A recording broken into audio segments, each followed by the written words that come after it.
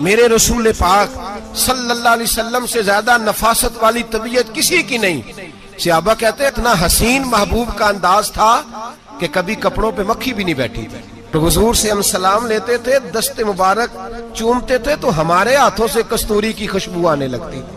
और फरमाते नबी पाक का हाथ यूं होता था कि बर्फ भी इतनी ठंडी नहीं जितना प्यारा हुजूर का हाथ ठंडा होता था। फिर भी हुजूर दस्ते मुबारक में खंजर पकड़ते, जानवर को लिटाते और अपनी तामत को समेटते और अल्लाह के हबीब घुटना रखते उसकी गर्दन पर और बिस्मिल्लाह अल्लाहु अकबर कह के ज़िबा फरमाते।